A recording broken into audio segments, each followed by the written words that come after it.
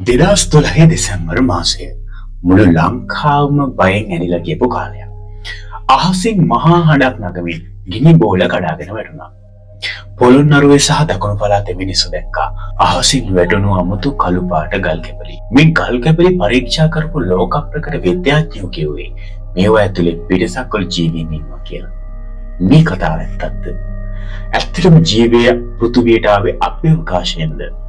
අද සයන්ස් විද්‍යාරංග තුළින් අපි හොයන්නේ ඒ ආందోලනාත්මක කතාවයි. සිද්ධ වුණේ 2012 දෙසැම්බර් 29 වෙනිදා. අරණගංගිල ප්‍රදේශයේ කුඹුරු වලට සහ පිටුරු ගොඩවල් වලට අහසින් අමුතු කළු පාට කැබලි වගේක්, පාෂාණ කැබලි වගේක් වැටුණා. ගම්වාසීන් කිව්වේ මේවා අල්ලනකොට අත්පිච්චුණා වගේ දැනුණා කියලා. ඒ වගේම සමහර තැන් වලින් තුන් ගමනවත් දැක්කලෝ. මේ පාෂාණ සාමාන්‍ය ගල් නෙවෙයි. මේවා ඉතාමත්ම සැහැල්ලුයි. ඒ වගේම කාබන් බහුලයි. මේවා පරීක්ෂා කරන්න යවන්නේ එංගලන්තයේ බකින්හම් විශ්වවිද්‍යාලයේ මහාචාර්ය චන්ද්‍ර වික්‍රමසිංහ මහත්තයා ළඟට. එතෙන්දී තමයි වැඩේ වෙනස් වෙන්නේ.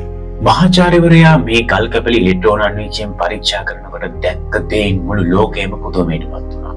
මේ ගල ඇතුලේ තිබුණා ඉතා කුඩා පොසිල. මේ තියෙන්නේ ඩයටම් කියලා ඇල්ගී වර්ගයක්. හැබැයි මහාචාර්යවරයා කියන විදිහට මේවා පෘථිවියේ තියෙන ඩයටම් වලට වඩා ගොඩක් වෙනස්. මේවා ගල ඇතුලේ තැම්පත් වෙලා තියෙන්නේ ගල නිර්මාණය වෙන කාලෙමයි.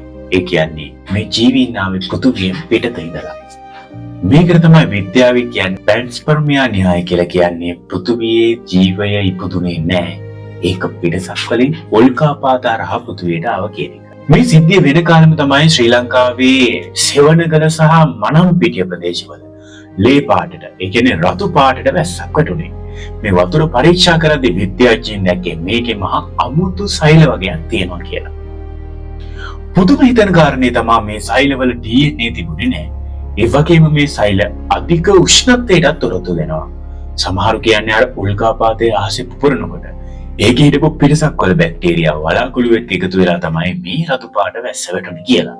හැබැයි මේ කතාව ලෝකේ හැමෝම පිළිගත්තේ නැහැ. බටහිර විද්‍යාඥයන් සහ නාසා ආයතනය කිව්වේ මේක වෙන්න බැරි දෙයක් කියලා.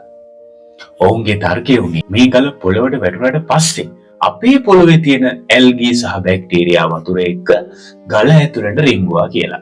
ඒ නිසා මේවා පිටසක් වල සත්තු නෙවෙයි. මේ අපේම සත්තු කියලා තමයි ඔවුන් තර්ක කරේ. කොහොම වුණත් මහාචාර්ය චන්ද්‍ර වික්‍රමසිංහ මහත්තයා අදටත් කියන්නේ මේක පිටසක් වල ජීවේ තහවුරුම අවස්ථාවක් කියලා. ඇත්තටම අපි මේ විශ්වයේ තනි වෙලාද?